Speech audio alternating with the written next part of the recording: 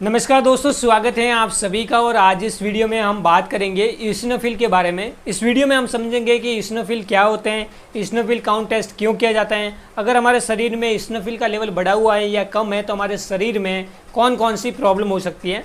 पूरी जानकारी इसिनोफिल के बारे में इस वीडियो में आपको मिलेगी। तो चलिए वीडियो को हम शुरू करते हैं। सबसे पहले हम दोस्तों बात करते हैं इसिनोफिल क्या होते हैं। तो इसिनोफिल एक तरह की वाइट ब्लड सेल्स हैं और हमारे जो शरीर में जो ब्लड है उसमें कई सारे कंपोनेंट होते हैं, जैसे कि रेड ब्लड सेल्स हैं, वाइट ब्लड सेल्स हैं, प्लाज्मा है, प्लेटलेट्स हैं और भी कई सारे कंपोनेंट होते हैं।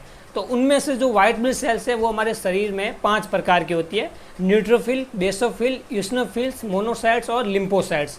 तो ये 5 प्रकार की वाइट ब्लड सेल्स होती है। और वाइट ब्लड सेल का जो प्रोडक्शन है वो करता है बोन मैरो। बोन मैरो को हम हिंदी में कहते हैं अस्थि मज्जा। और यही बोन मैरो रेगुलर हमारे शरीर में वाइट ब्लड सेल का प्रोडक्शन करता रहता है।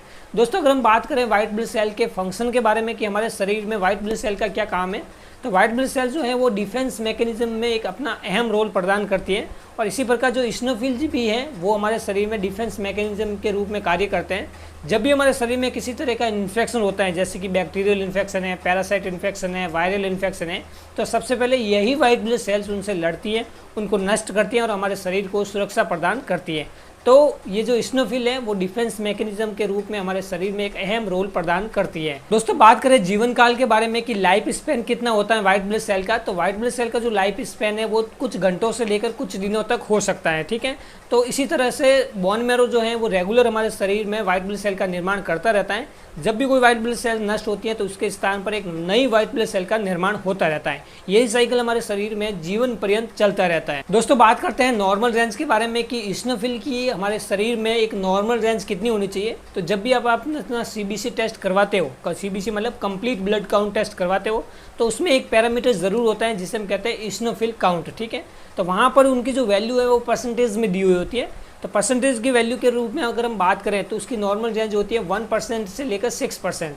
1% से लेकर 6% इसिनोफिल काउंट एक नॉर्मल माना गया है। और किसी किसी रिपोर्ट में ये सेल्स के रूप में उनकी वैल्यू दी हुई होती है। तो नॉर्मल रेंज की अगर हम बात करें तो लेस देन 500 सेल्स पर माइक्रोलीटर ब्लड में होनी चाहिए, जो कि एक नॉर्मल रेंज है। अगर किसी व्यक्ति में ये 500 सेल्स पर माइक्रोलीटर ब्लड के से ज़्यादा आ रही हैं तो उनको इसिनोफिलिया की प्रॉब्लम हो सकती है। इसिनोफिलिया मतलब अगर किसी व्यक्ति में इसिनोफिल का लेवल बढ़ जाता है तो उसमें मेडिकल भाषा में हम कहते हैं इसिनोफिलिया।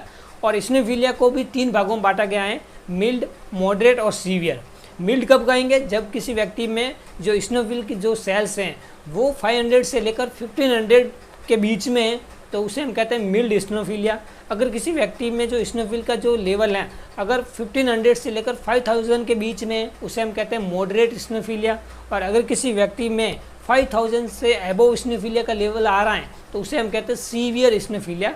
इस तरह से 3 भागों में बांटा गया है इसिनोफिलिया को: मिल्ड, मॉडरेट एंड सीवियर। दोस्तों अभी हम बात करेंगे कि इसिनोफिल जो हमारे शरीर में क्यों बढ़ता है, क्या कारण है कि हमारे शरीर में इसिनोफिल काउंट बढ़ा हुआ मिलता है। तो अगर किसी व्यक्ति को किसी तरह का इन्फेक्शन हो गया, चाहे वो बैक्टीरियल इन्फेक्शन हो, वायरल इन्फेक्शन हो या पैरासाइट इन्फेक्शन हो, तो उस समय भी बैक्टीरिया इन्फेक्शन होने के कारण उनके शरीर में इसिनोफिल का लेवल बढ़ जाता है। ठीक है, अगर किसी व्यक्ति को ऑटोइम्यून डिजीज, चाहे क्रॉन्स डिजीज है, बोवल इन्फ्लेमेटरी डिजीज है, रूमेटॉइड अर्थराइटिस की अगर किसी को प्रॉब्लम हो गई है तो उस समय भी उनके ब्लड में इसिनोफिल काउंट बढ़ जाता है।